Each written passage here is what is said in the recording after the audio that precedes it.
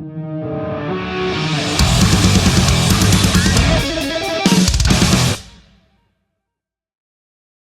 dude. Hey, mate, how are you? Hang on, you coming in hot? Yeah, I always Um, crack this thing because I'm old and deaf. How you going, bro? You good? yeah, man. Yeah, really good. Yeah, how are you? Yeah, good for a Thursday night, Thursday. What time is it there? 9 p.m. So you're 10 hours ahead.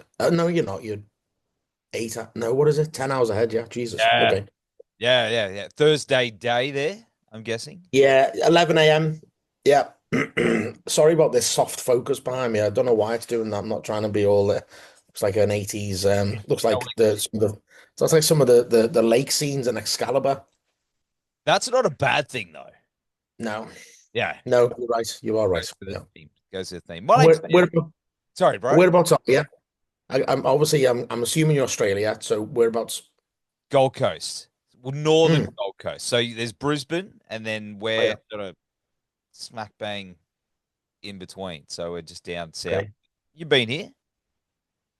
I've Got been to Brisbane, I believe. Yeah, I just don't remember all of the towns that we've been or the cities that we've been to. It's been a while, it has but been. yeah, it's been too long. But we're I'm gonna unblur my background. It's getting on my nerves. But yeah, we're looking forward to getting back over. It's gonna be cool. Yeah, man.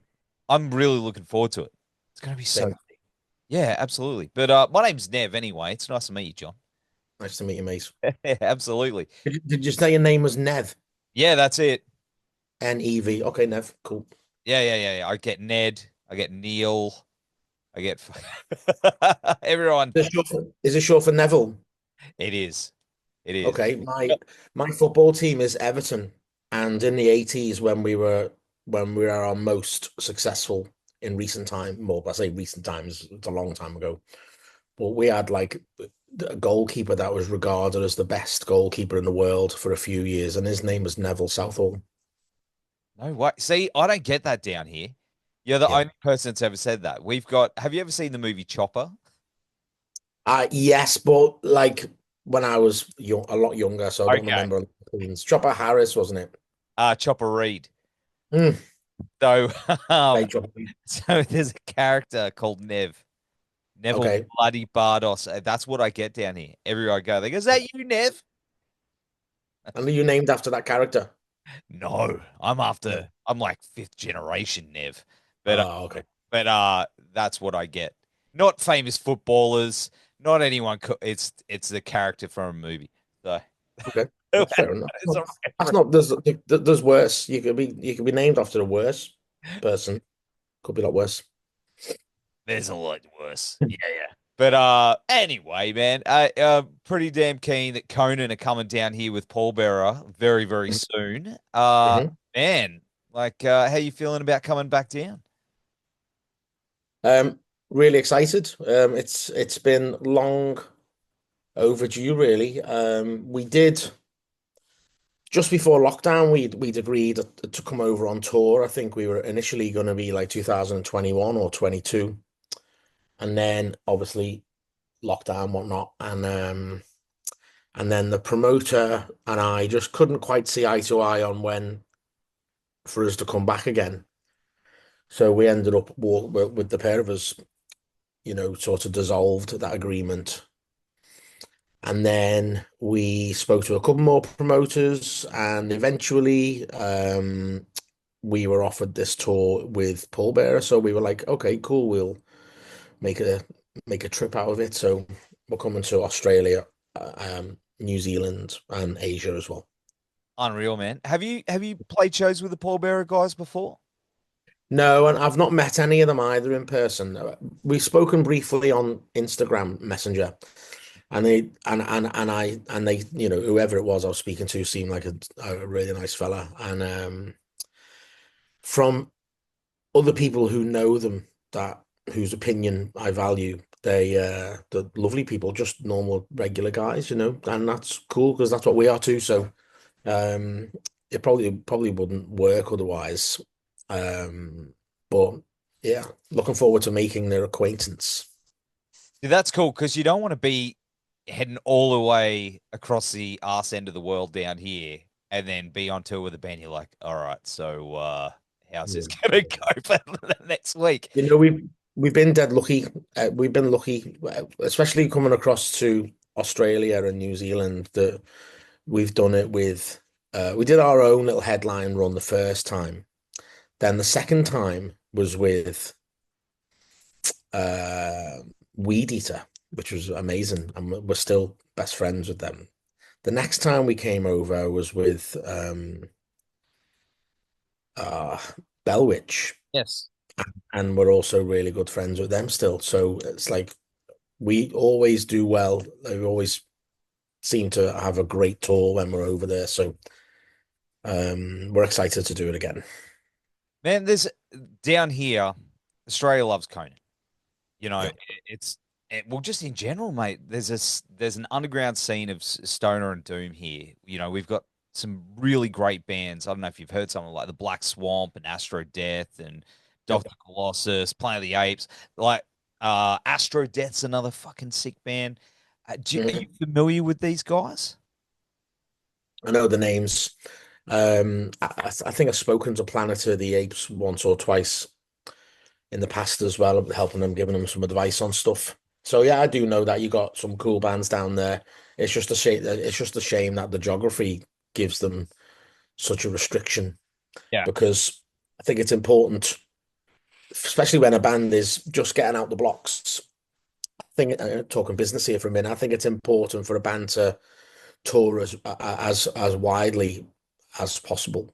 And unfortunately, when you're just starting out, unless you're formed from members of other well-paid bands, you are unlikely to earn the sort of money that would enable you to purchase, tickets to Europe or whatever. So unfortunately, it's really difficult for some bands to get out the blocks, especially when there's a geographical restriction, such, the flights aren't cheap from Australia to, I don't know, Berlin. They're quite pricey, aren't they? So it requires a bit of an investment, and it requires an investment several times before you get some traction. So I think that's the realistic nature of it. So yeah, I've got some amazing bands. I'd love it if they could come over here more often. That's the sticky bit for them, I think, which I sympathize with. Oh, I'm going through it now, bro. I'm getting, Yeah. just flights within Australia for my band to get to the other side of the country. We've got a couple of shows booked over there. Uh, Mhm. very, very expensive. Oh But yeah. you got to do it, man. You know exactly what it's like. You have to go out and do that stuff to sort of build Yeah. that up. It's just Yeah. how business works. It's a bit like us uh when we first started touring in the US. I'm thinking of where we would go far, but we do regularly. So the US is a good example of this, what I'm trying to say. Flying into them. I remember the first tour we did there, we lost like $4,000 or $5,000. And then the next tour we made a bit of a profit.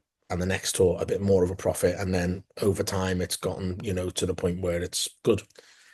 And I but I think we got lucky a little bit. So we just sort of caught the crest of a wave and sort of thing, and somehow captured people's imagination. And I think being able to quickly be into a profitable situation makes, you could go to America and front 5 grand knowing that you probably at least break even. Whereas I know not everyone's in that position. So it's to make that big jump to go and just play your first shows in a region which is alien to you. It requires some balls and a bit of money. And unfortunately, it's not that easy to have both of them at the same time, especially people with they got full-time jobs and partners who might not want to see the bank account dwindle and drain so much. Keep your voice down. Lot, yeah, yeah. So it's you know what I mean. There's lots of reasons why it's difficult. So I always respect it when I see bands from New Zealand and Australia coming over to coming over here. Yeah, it's a big thing for us, man. Absolutely. Yeah. Yeah, mate, your upcoming new album, Violence Dimension, April 25. That's got to be one of the best album names I've ever heard in my I life. like it. It's so good. How good is It's that? thank you. It's actually inspired by Voivod. Yeah. Dimension Hatros. Hmm. And I just started listening to Voivod a bit more recently when I was staying with our US booker, Nate Carson, over in Portland a little while ago when I was rehearsing with our stand-in drummer, Kevin, who plays in Lord Dying, by the way. He'll be joining us on this tour. He's like he's a really super cool drummer. And he introduced me to a couple of Voivod albums that were a bit off the beaten track. And anyway, since then I've started listening to them a bit more and Dimension Hatros, and I just really like thought the word dimension fitted into our, and I thought what could go with it, and very quickly came up with Violence Dimension because a lot of our songs are about sort of fighting and warfare and Yeah, yeah. that kind of thing. So I just got to thinking like we are, and also a little bit like there is it does seem as I'm I don't know whether it's getting worse as I'm getting older or I'm just becoming more aware of it now that I'm getting more cynical as we get older. But it just seems obvious, like there's just so much violence everywhere. There's wars here, conflict here, political threats here, and then, movies sort of live and die on how violent they are. The computer games are, the all the best ones are really violent. And it just made me realize just how much of a currency violence is, and it like the last album, Evidence of Immortality, a lot of like the lyrics were literally written the night before Russia invaded Ukraine. Like I was sitting there on the PC watching news reports and I was recording vocals the very next day. And I had a few lines, not of cocaine, I mean a few lines written down. And I started coming up with the lyrics. And before you knew it, I'd written the whole album within like 3 hours, just by watching the news and all the stuff that was going on. And it's just this album's not quite as reliant on real world events, but I didn't want it to be that way, to be honest. But nevertheless, it's like a lot of the songs, like most Conan songs, is focused about like the cool side of like warfare and computer games and axes and all that kind of stuff. So I don't know, just kind of blended a bit of the real world with a lot of the Conan world that sort of I imagine when I come up with this stuff. And that single, let me start that again. It's Yeah, like Frozen Edges of the Wound. Did I say that right? Oh yeah, mate, yeah, yeah. I'm getting there. I'm getting there. Yeah. Still a track, man. Is that what we can expect from the rest of the album, or is it you got a few surprises? Like, what's the direction can we expect? The album hits hard. It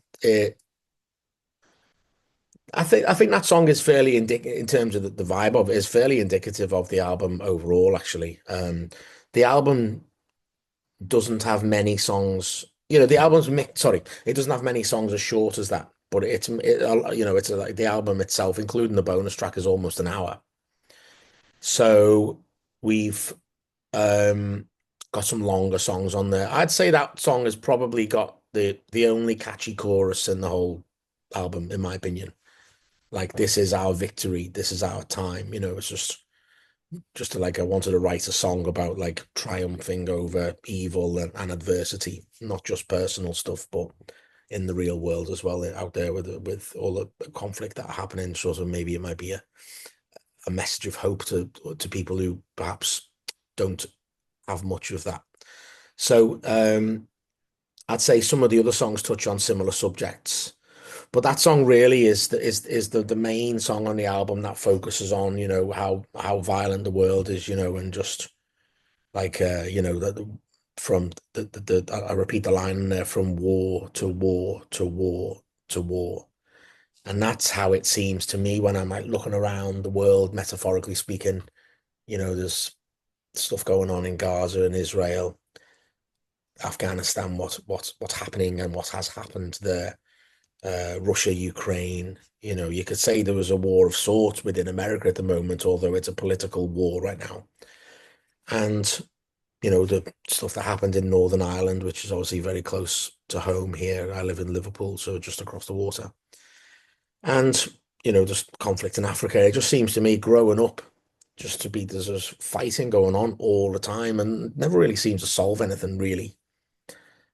Still aren't in agreement largely on everything in Northern Ireland. I mean, how long will it take until Ukraine settles down? You know, that kind of hopelessness made its way into the lyrics on Violence Dimension, and then I sort of countered that with kind of a hopeful chorus. Just came out the way it came out. I like listening to that one a lot. Yeah, man, I can't wait to hear the full thing.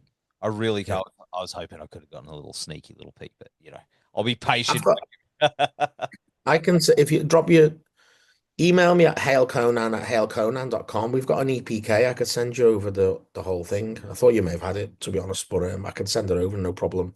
Yeah, yeah, yeah. I might have missed it in the email, but mate, I'm so keen. Yeah, I'll definitely do that after this because I'm Yeah. banging to hear it, banging to hear it. Yeah. But of course, mate, the name Conan, obvious reference to a great character, and the movie, obviously as well.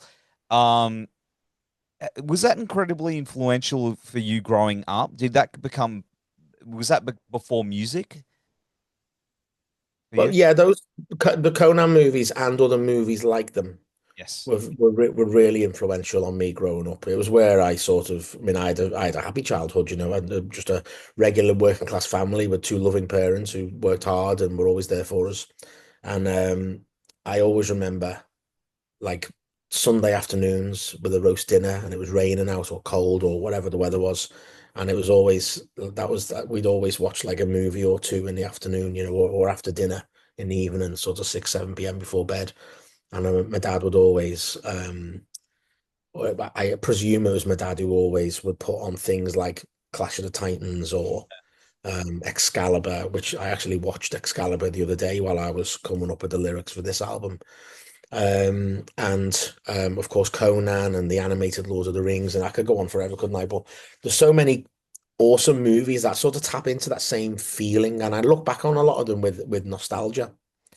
Krull, for example, I mean, that's how good is that movie? It's like insanely cool, and they just don't make, but they do make movies like that. They do make movies like that still. They really do, and they capture my kids' imagination the way those movies captured mine.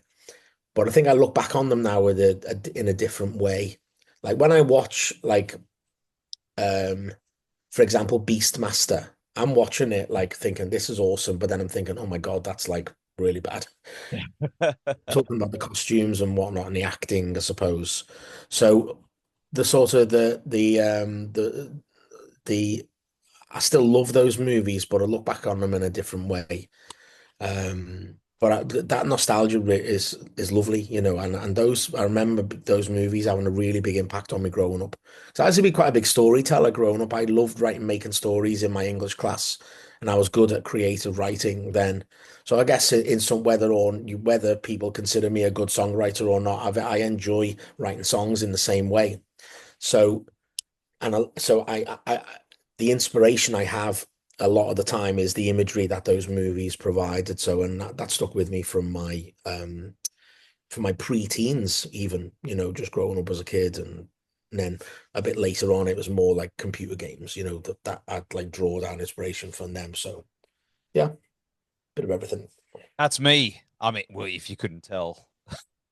Yeah, you can You see know, the He-Man figure behind you there. That's cool. yeah, yeah, yeah. So He-Man, my Snake, well, my band is named after it's Snake Mountain. So it's Yeah, all that stuff influences cool. me with my music That's in the awesome. same way, and it wasn't cool when I was a teenager, metalhead, nerdy, listen to it wasn't cool. And now it's all No, cool. yeah, It's like I miss that generation, you know? yeah. It's Yeah. true, yeah.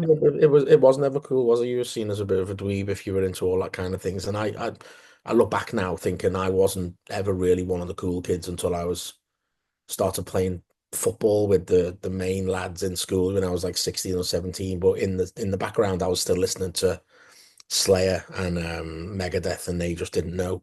You know, they were listening to whatever the chart music was at Yeah. the time, and I was listening to metal, and then got to like 17, 18, started smoking weed, and then I started listening to other slightly left of, you know, slightly less obvious metal bands.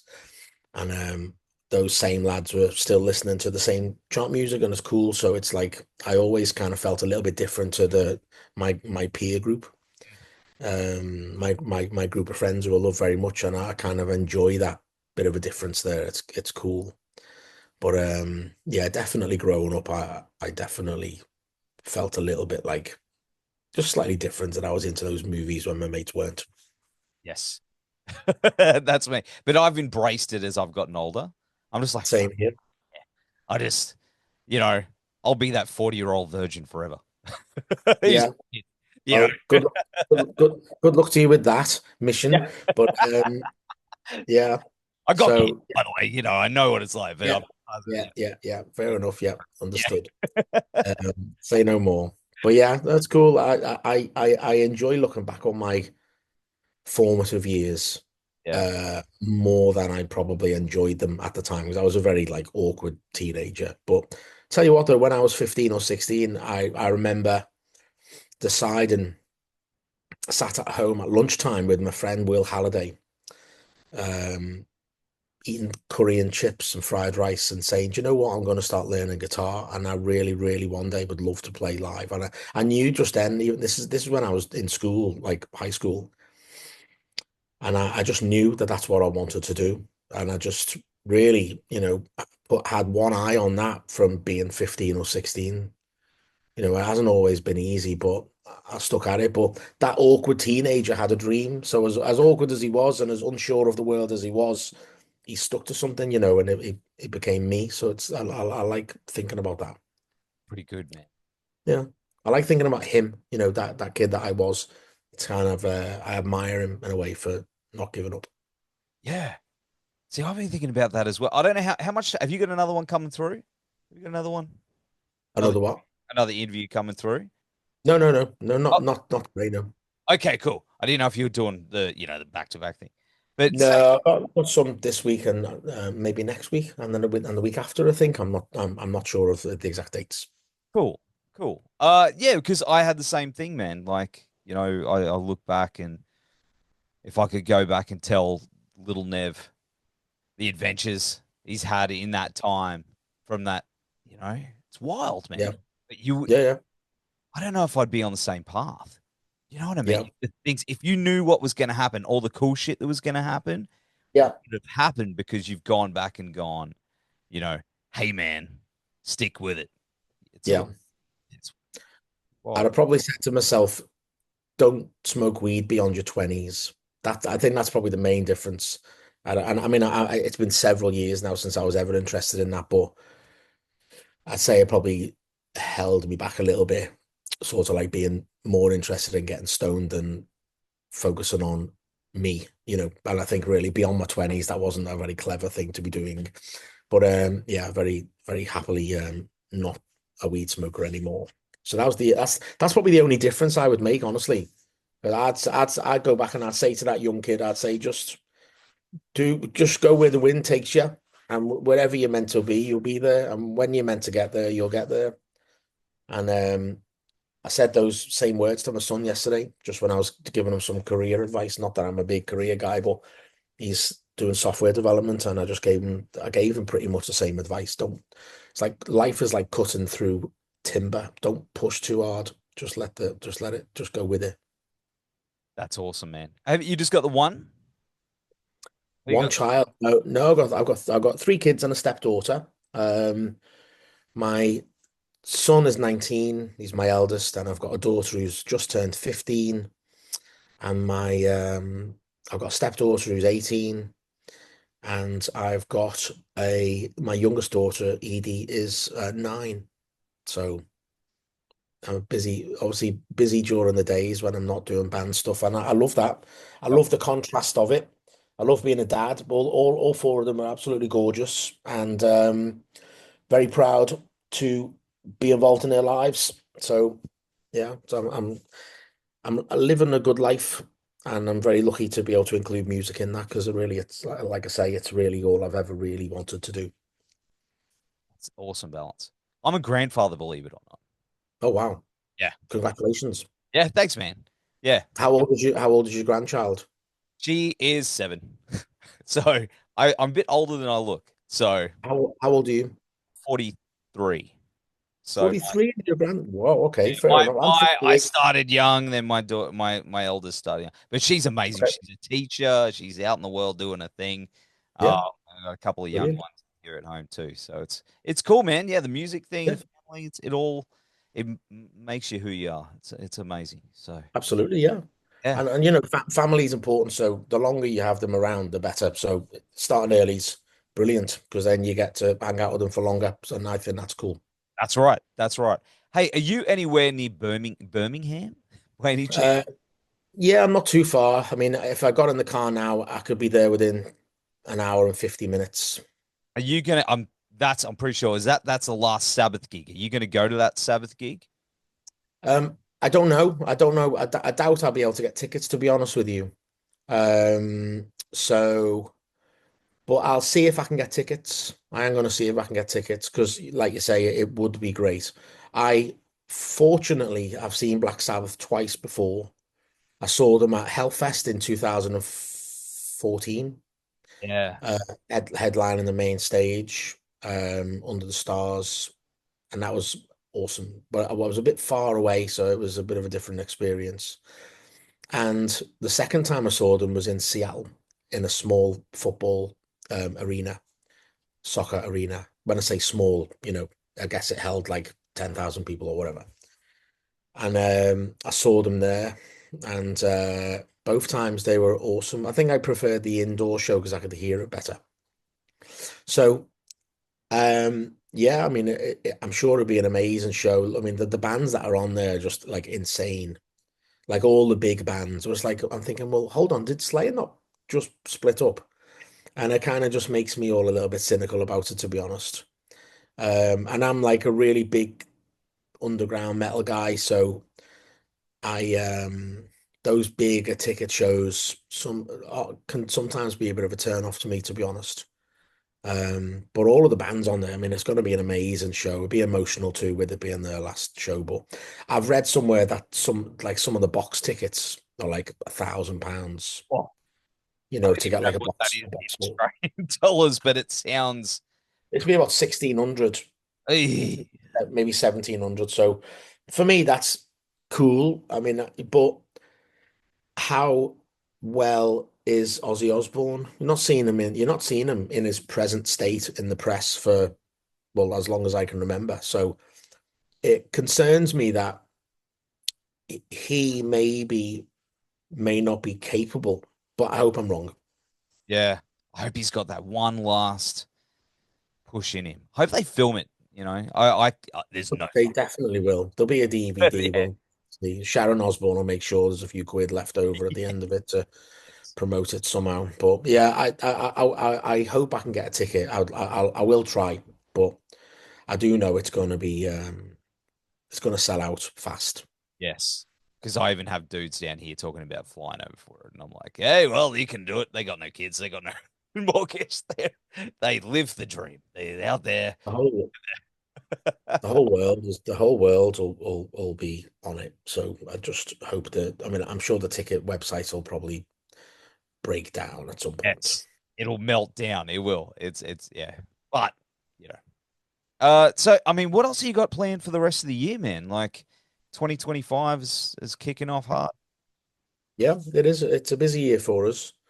We've um we've got these shows. We're starting this run of shows in Asia. We're doing Japan and Taiwan, Singapore, Bangkok, Thailand, sorry, then Australia, New Zealand. And then we got like several festivals throughout the year, playing Pit Fest in Netherlands, Hellfest in France, Copenhagen in Denmark, and various other festivals in the UK and Italy and blah blah blah.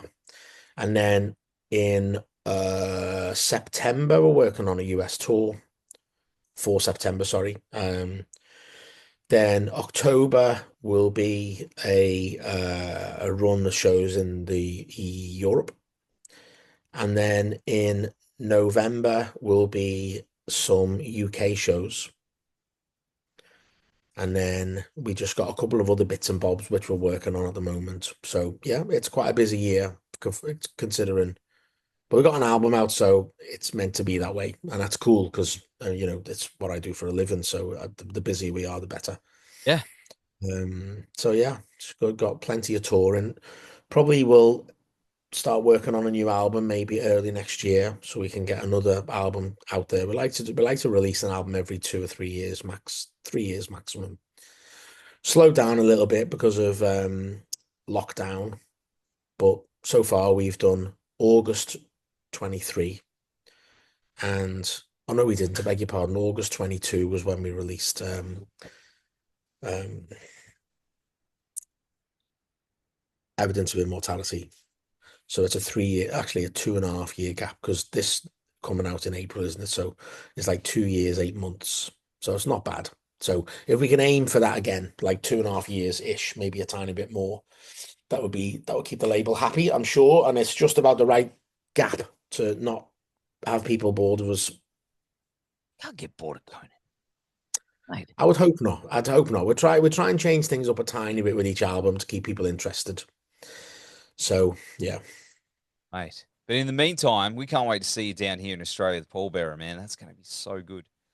Yeah, I'm excited too. It's going to be nice to see some friends who I've not shook hands with for quite a while. So it's and just to see the country as well. You know, Australia is a beautiful place, and I love the atmosphere and the people. So we're super excited.